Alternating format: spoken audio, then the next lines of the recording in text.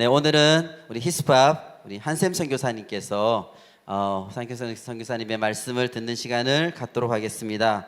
얼마 전 하나님께서 우리 이 가정에 귀한 자녀를 주셔서 이 가정이 기쁨이 되게 하셨습니다. 이제 태국으로 이제 출국을 앞두고 있는 상황인데 우리가 또한 귀한 간증과 말씀을 들을 수 있는 시간이 되었습니다. 우리 큰 박수로 우리 맞이해 주시기 바랍니다.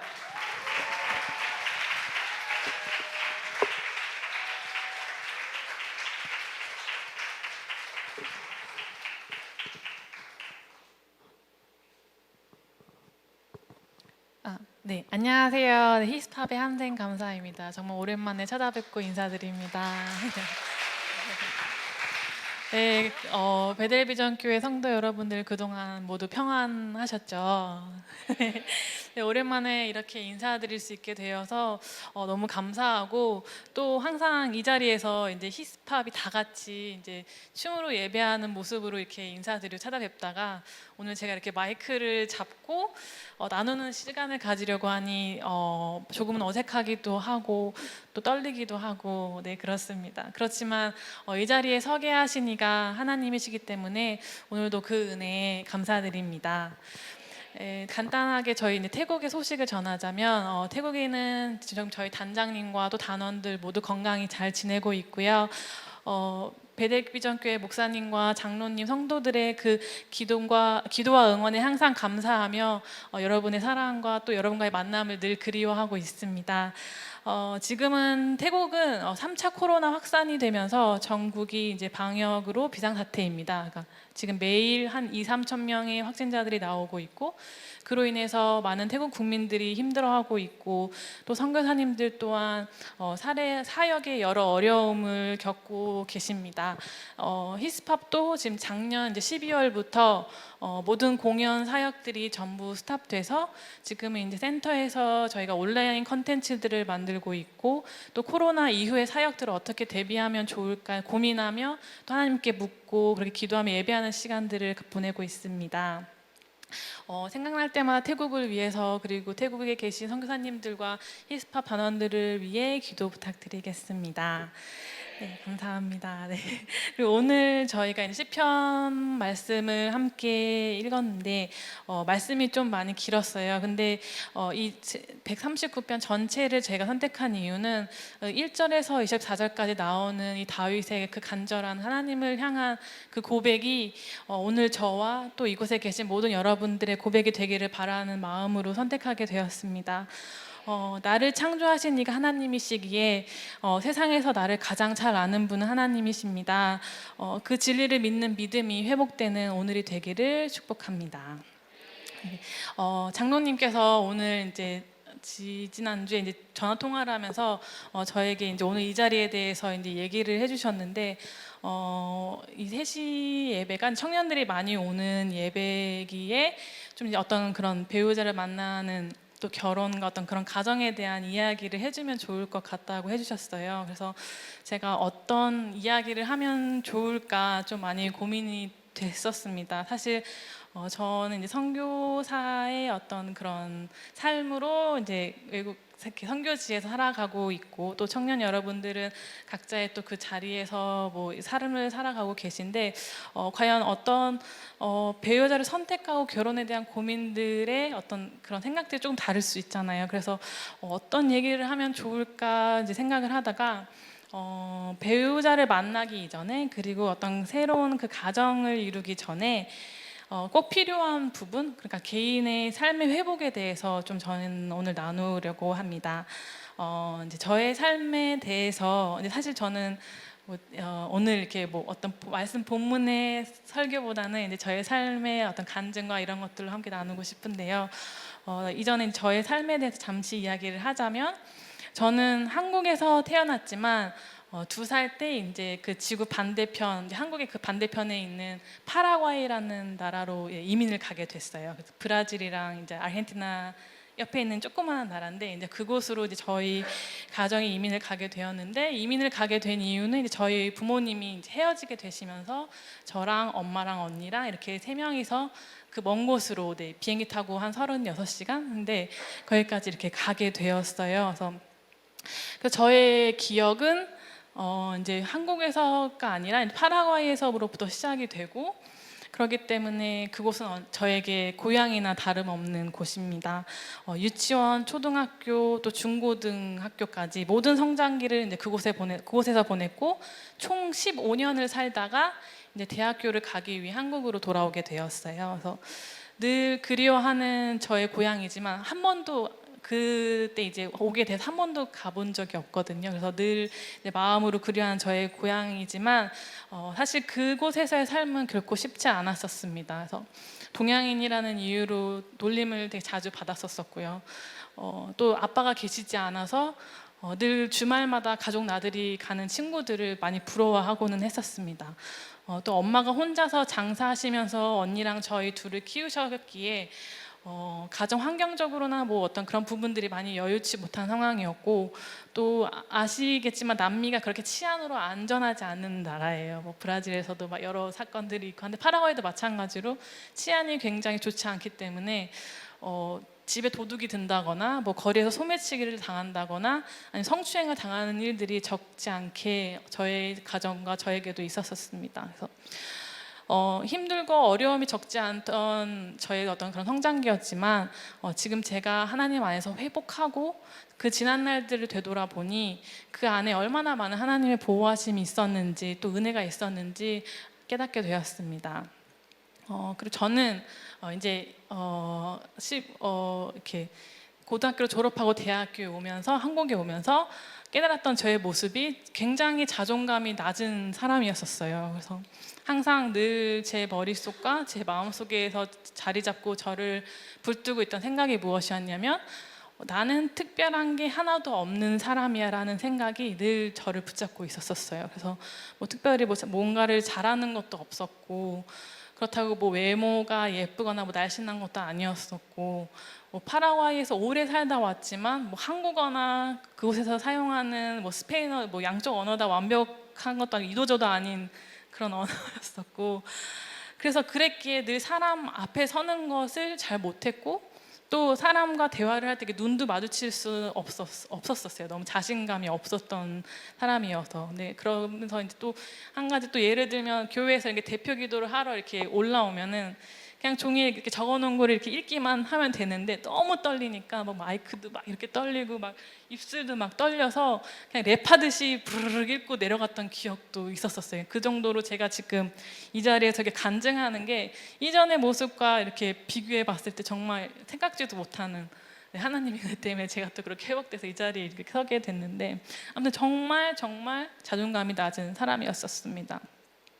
아마 제가 그 자라온 환경에 어떤 그런 영향도 있었을 것이고, 또 가장 컸던 것은 제가 이제 성인이 되어 한국에 돌아왔을 때 이 한국이 저에게 너무 낯설고 또 적응하기가 되게 굉장히 힘들었었어요.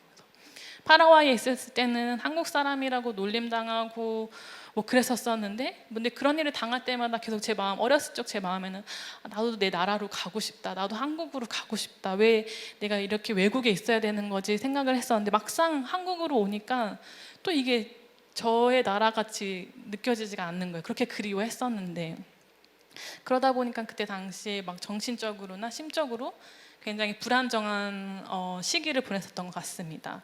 그러면서 이제 제가 외국에서 오래 살다 보니까 12년 특례 입학으로 이제 좋은 대학교를 들어가게 됐어요. 근데 이제 뭐 그런 특례 입학으로 가게 됐는데, 그곳에서 만난 친구들은 이제 뭐 반에서 막 1, 2, 3등 하는 되게 머리 좋은 친구들인 거예요. 그래서 근데 그 친구들과 또 함께 있다 보니까 그 대화 안에서 되게 주눅이 많이 들고, 또 친하다고 생각을 했는데 뭐 그 친구들이 열심히 공부 수능 봐서 들어왔으니까 저같이 이제 특례 입학으로 들어온 것을 되게 탐탁지 않아 하는 그런 뉘앙스도 받고 막 그랬었거든요. 그래서 그러다 보니까 그 친구들 사이 안에서도 또 주눅이 들고 자존감이 낮아지고, 그리고 또 이제 15년 만에 한국에 돌아와서 이제 그렇게 그리워하고 그립고 보고 싶은 아빠를 만나게 됐는데, 제가 기대하고 생각했고 또 바래왔던 것처럼 저의 가족의 형태로 돌아갈 수 없다는 현실을 마주하며 가족에 대한 큰 상처가 다시 제 안에 새겨지게 되었습니다.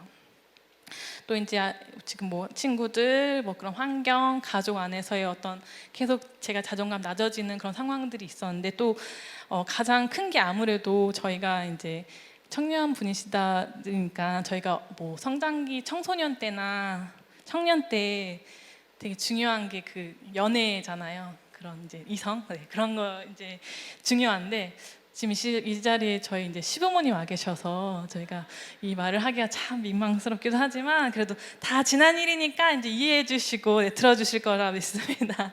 네. 제가 중학교 2학년 때 이제 파라과이에서 첫 사랑을 이제 첫 연애를 그러니까 뭐 연애라고 하기에는 좀 그렇지만 아무튼 첫 남자친구가 생겼었어요. 근데 그 친구랑 뭐 중2, 중3, 고1 때까지 이제 뭐 친하게 이렇게 잘 남친 여친으로 잘 지냈는데 제가 그 친구한테 한 4번을 차였었어요. 그래서 차이고 매달리고 차이고 매달리고 차이고 매달리고 이렇게 한 4번을 그렇게 하다 보니까 또 그게 첫사랑인 거고 처음이다 보니까 제가 이성에 대한 굉장히 큰 두려움이 생긴 거예요. 되게 두려운 존재가 된 거예요. 그 남자라는 생명체가. 그래서 그때 이후로 또 제 마음에 또 어떤 또 상처가 또 막 생기게 됐냐면 아 나는 남자한테 사랑받을 수 없는 존재구나.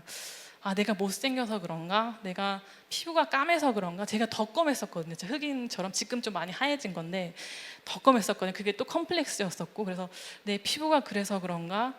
또 뭐 몸매가 좋지 않아서 그런가? 막 되게 그런 부정적인 생각들이 계속 저를 감싸고 또 계속 저 스스로를 자책하는 성향이 점점점 더 커져 왔던 것 같아요. 그렇게 고등학교 때 그런 상처를 입고 이제 시간이 몇 년 흘러 제가 이제 또 10년 만에 그래서 드디어 새로운 남자친구를 또 한번 이제 만나게 돼요. 대학교 때. 근데 이제 한국에 와서 이제 만난 분이었는데 그분한테도 또 제가 이제 채였어요. 그래서 막 결론적으로 마지막에 이제 채여서 이제 헤어지게 됐는데 뭐 아까 나눴던 것처럼 제가 한국에 와서 한 2, 3년이란 시간 동안 적응하기도 너무 힘들고 막 모든 그런 환경들이 어렵고 힘들어서 그런 시기에 이제 마음을 열고 만난 분이었기 때문에 굉장히 제가 의지를 많이 했었거든요. 막 저를 이렇게 위로해 줄 것 같고 저를 막 다 감싸 줄 것 같고 막 그런 기대감으로 이렇게 만났는데 뭐 결국에는 이제 헤어지게 되었죠. 근데 좀 그 상황이 헤어질 수 있잖아요. 남녀가 만나다 보면. 근데 감정이 더 이상 뭐냐면 좋아하는 마음은 영원하지 않으니까.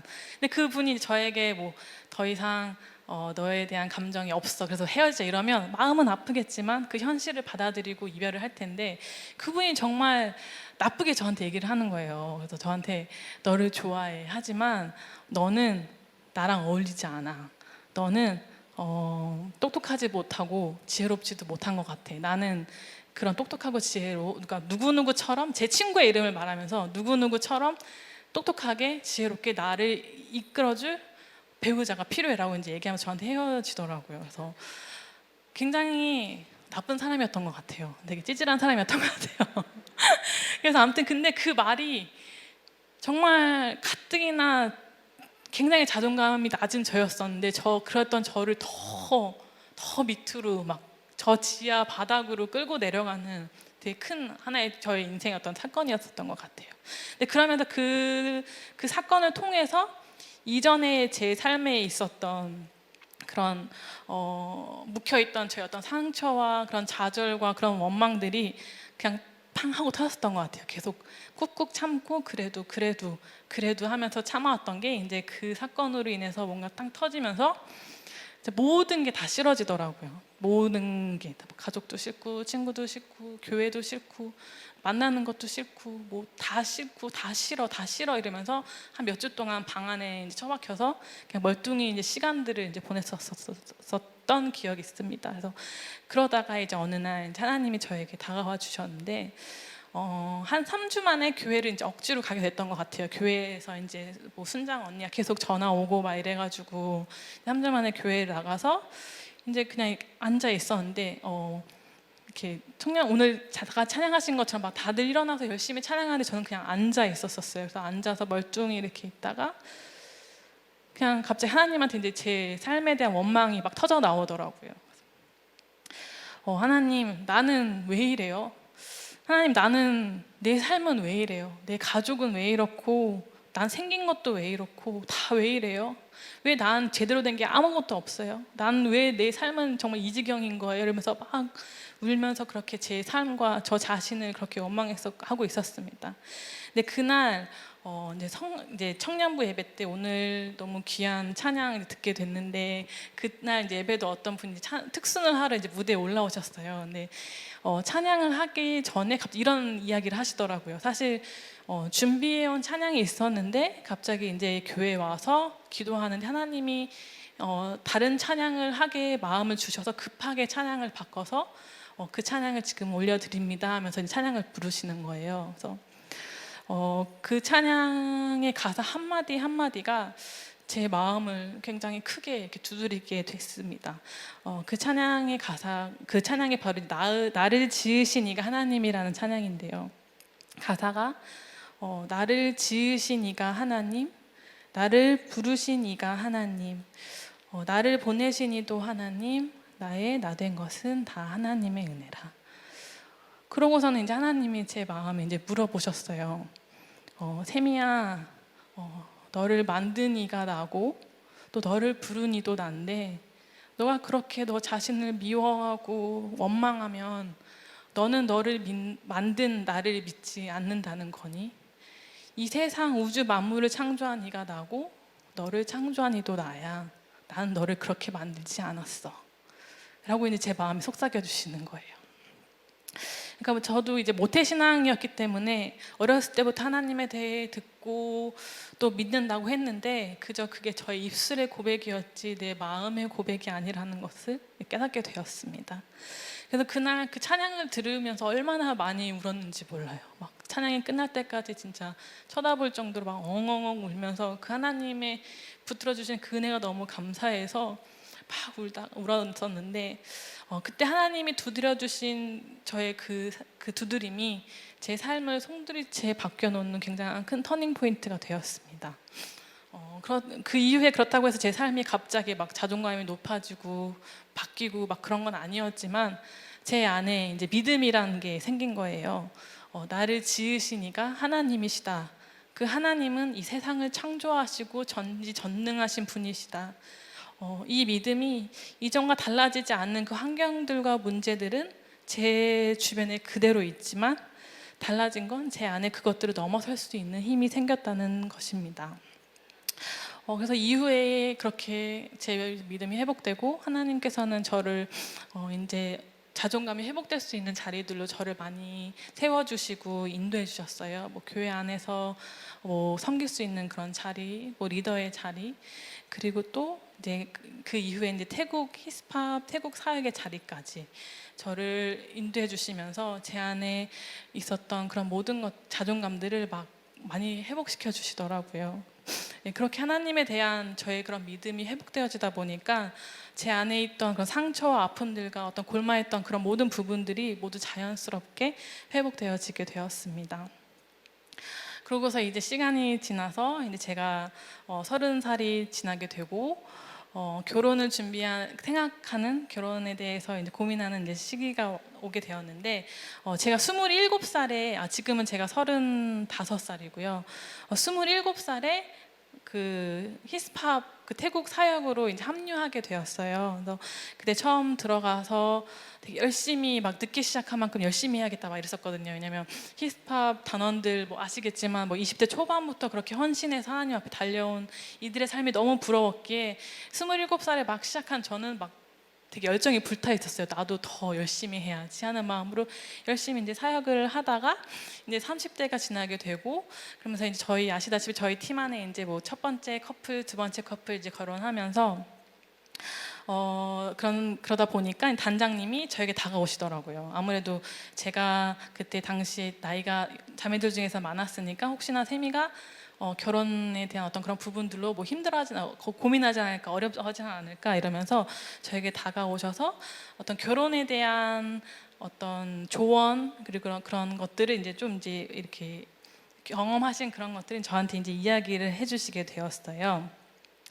그때 단장님이 저에게 해주셨던 그런 조언들이 저한테는 굉장히 큰 신선한 충격이었고, 그래도 그때 이야기해 주신 것들이 지금 이제 남편인 철승 간사님과 결혼하게 되는 가장 큰 어떤 그 다리 역할을 되어준 것 같습니다.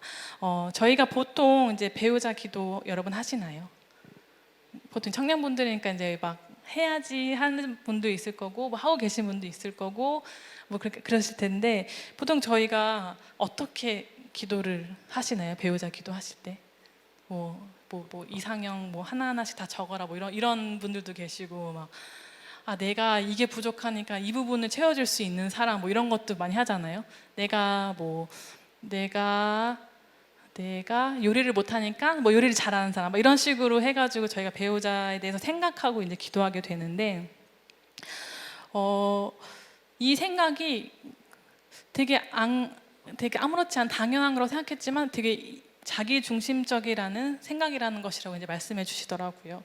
초점이 나한테 맞춰져 있어서 나를 행복하게 해주고 나의 삶을 완벽하게 해줄 수 있는 사람을 만나고 싶어하는 것, 이 생각이 이제 자기 중심적이라고 이야기해 주시면서 성경에 나와 있는 것은 우리에게 돕는 배필이라고 이야기해 주고 있어요. 배우자에 대해서 서로 도울 수 있는 배필. 그러면서 단장님이 저한테 이렇게 질문을 하시더라고요. 샘이 너는 너의 장점이 뭐라고 생각해? 라고 하시는 거예요. 그러니까 배우자에 대한 이야기를 하다가, 그래서 갑자기 배우자에 대한 이야기를 하다가 저한테 저에 대한 것을 물어보셔서 제가 이제 놀랐었는데, 그러면서 이제 해주시는 말씀이 하나님이 나에게 준비해 주신 그 배우자를 찾기 위해서는 자신의 장점을 잘 알아야 돼. 그 장점으로 내가 그 상대방의 부족함을 채우고 싶다고 느낀다면 그 사람이 나의 배우자인 거야 라고 이제 얘기해 주시더라고요. 그래서 저도 이제 뭐 모태신앙이다 보니까 배우자 기도 뭐 생각날 때 하고 뭐 해야 되는 데서 뭐 이렇게 하고 했을 때마다 한 번도 그렇게 생각을 해본 적이 없었던 것 같아요. 내가 뭔가를 이렇게 채워줄 수 있는 그 사람을 만나게 해주세요 라는 게 아니라, 하나님 저 뭐 까마니까 하얀 사람이요 막 이런 식으로 약간 좀 저의 부족함을 채울 수 있는 사람으로 늘 기도를 했었는데, 굉장히 저한테 그 단장님의 말씀이 신선한 충격으로 다가오게 되더라고요. 그래서 정말 생각해보니 한평생을 살 사람을 위해서 기도하는데 내가 나 중심적으로 내 욕심 채우는 기도를 했었구나. 그러면서 이제 어떻게 이제 그러면서 제가 제 장점이 뭐지 이런 생각하면서 이제 그 단점이 생각이 나면서 이제 하나님께 기도를 하게 됐습니다. 하나님, 제가 가진 장점은 이러한 것인데 이것으로 누구의 부족함을 제가 채울 수 있을까요? 라고 이제 기도를 하게 됐는데, 이 기도를 하면서 제가 막 너무 감사한 거예요. 왜냐하면 내 스스로 제 입으로 뭐 오글거리고 약간 민망할 수도 있잖아요. 우리 한국 사람들은 특히 자기 칭찬 자기 입으로 하는 거. 근데 이제 막 기도를 하는데 내 장점을 내가 얘기를 하는데 이게 좀 낯설지만, 그래도 그 이전에 저의 삶을 생각해 보면 늘 못해, 늘 부족해, 늘 없어. 나는 그래라는 했던 그 저의 존재가 이제는 하나님 제 장점은 이거야라고 이렇게 고백하는, 그렇게 회복시켜 주신 그 하나님의 은혜가 너무 감사해서 그 기도할 때 되게 감사했던 내 기억이 있습니다. 네, 그래서 이전에 진짜 하나님이 제게 주셨던 그 회복의 시간이 없었더라면 아마 저는 이 결혼이라는 것을 통해 주시는 그 하나님의 축복을 전혀 누리지 못했었을 것 같아요. 계속되는 그 마음속의 어떤 그런 불안함과 두려움으로 계속해서 아슬아슬하게 이 삶을 이어져 갔겠죠. 하나님 앞에서 뒤집어지는 이 과정을 지나 내 안에 있는 쓴뿌리들이 해결되어지고 또 하나님을 향한 믿음이 회복되어지고 나니까 그 다음 제 삶에서 다가올 중요한 또 걱정해야 하는 과정들을 평안함 가운데 통과할 수 있게 되었습니다. 그러면서 이제 배우자를 만나서 이제 결혼을 하고 또 지금 이제 저희의 이세인 로아가 이제 이렇게 태어났는데, 전에는 늘 혼자 고민하고 혼자 짊어졌던 짐들을 이제는 함께 나누고 함께 짊어질 수 있는 든든한 동반자를 보내주셔서 너무나도 감사한 삶을 살고 있습니다. 물론 아직도 여전히 살아가면서 쉽지 않은 가정들은 너무나도 많고 또 앞으로도 더 큰 어려움과 그런 시험들이 우리 삶께 다가오겠지만, 오늘 우리가 함께 읽었던 이 시편 139편 다윗의 고백처럼 나의 모든 것을 아시는 분이 계시고 또 어딜 가든지 나와 함께 하시는 분, 빛 가운데로 가나 어둠 가운데로 가나 나와 함께 하시는 분이 계시고 그 분이 바로 전지전능한 하나님이시며 그 전지전능하신 하나님께서 우리를 악으로부터 보호해 주실 것을 믿기에 저에게 맡겨주신 사명 계속 이어나갈 수 있는 힘이 됩니다. 사실 장로님께서 오늘 이 간증의 자리에 대해서 제가 이제 이야기를 들었을 때 솔직히 피하고 싶었었어요. 자신도 없었었고요. 뭔가 이렇게 왜냐면 제가 히스톱 안에서 이렇게 메시지를 전하는 포지션이 아니라 다른 일 하는 포지션이거든요. 그래서 자신이 되게 좀 없었었는데 또 이제 마침 철승 강사가 이제 지난 수요일에 그 모교의 수요 예배 때 이제 사역 보고 및 간증 및 뭐 말씀을 전하는 시간이 생겨 준비하고 있었거든요. 그래서 그냥 이미 준비된 철승 강사가 하기를 바랬지만 장로님께서 이제 저의 이야기를 들었으면 좋겠다고 이제 이야기를 해주셔서 더 이상 반박하지 못하고 이제 울며 겨자 먹는 마음으로 이제 준비를 이제 시작하게 됐었어요. 그래서 그러면서 이제 준비를 하면서 하나님께 이제 물어봤죠. 하나님이 왜 하게 하실까? 사실 그냥 하게 하시진 않잖아요. 하나님이 항상 이유가 있기 때문에 이렇게 이런 자리를 이렇게 해주시는 건데 왜 나에게 이 자리에 서게 하실까 생각해 보게 되었어요. 그러면서 잊고 있던 또 무뎌졌던 이전에 내 삶에서 하나님께서 하신 일들을 기억하게 하시기 위해서 이 자리에 세우시는 것 같다라는 생각이 들었습니다. 이전에 나의 삶에 하나님께서 어떤 일을 어떻게 행하셨는지 기억하며 앞으로의 발걸음을 두려워하지 말라고 말씀해 주시는 것 같습니다. 다시 한번 연약해진 저에게 다가오셔서 믿음을 갖도록 기회를 주시고 손을 내밀어 주셨습니다. 사실 이제 로아가 작년 11월에 태어났어요. 그래서 이제 로아가 태어나고 제 안에 굉장히 많은 인간적인 걱정과 근심들이 올라왔었습니다. 아기도 태어났고 그러니 이제 그만 아이를 위해서도 한국에 들어와서 살면 어떻겠느냐라는 말들을 만나는 사람들마다 들었습니다. 그들 앞에서는 제가 아니야, 돌아가서 우리의 사명을 지켜야지라고 이야기했지만 집에 돌아오면 수많은 생각들이 제 머리를 감싸고 제 마음을 흔들었습니다. 엄마가 되다 보니까 이제 우선순위도 어느덧 아이가 되어져 있고 또 갑자기 지금 뭐 코로나가 막 늘어나는 그 태국에 인간적인 마음으로는 로아를 데려가는 것이 솔직한 고백으로는 어렵습니다. 또 주변에서는 엄마가 됐기에 그렇게 생각하는 것이 당연하다고 얘기해 주니 그 말들을 붙잡고 점점 더 타협하게 되는 저의 모습을 보았습니다. 그런 저를 하나님께서 불쌍히 여기시고 오늘 이 자리를 통해 다시 한번 기회를 주시는 시간인 것 같습니다. 지금까지 지내온 것 모두 하나님의 은혜였습니다. 파라과이에서의 삶, 그리고 한국으로 돌아와서의 삶, 태국에서의 모든 삶, 또 철승간사를 만나 결혼하고 로아를 낳고 지금까지 지내온 모든 삶이 하나님의 은혜가 있었기에 정말 가능했습니다. 내가 잘한 것이 정말 하나도 없고 그저 하나님 아버지의 무한하신 사랑과 은혜 덕분에 이 자리까지 올 수 있게 되었습니다.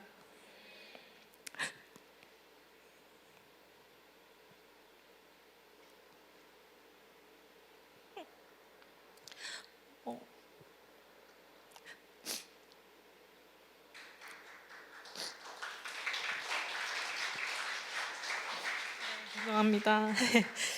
네, 그 은혜를 기억하게 하시며 저에게 다시 한번 기회를 주신 하나님 아버지께 감사드립니다. 이 시간 함께 찬양을 저희가 이제 불렀으면 좋겠는데 이 찬양을 통해 저에게 찾아오신 하나님께서 오늘 이곳에 오신 모든 분들의 마음에 다가가기 원하십니다. 저에게 그러셨던 것처럼 하나님께서 여러분에게도 말씀해 주고 싶으실 겁니다. 너를 만든 이가 나다. 너를 보낸 이가 나다. 나는 전지전능한 자이며 나는 너를 완벽하게 창조했다. 나를 믿어라. 이 하나님의 음성에 반응하며 이 시간 우리가 하나님 아버지 앞에 이 찬양을 올려드리며 나아가겠습니다. 찬양하시겠습니다. 주의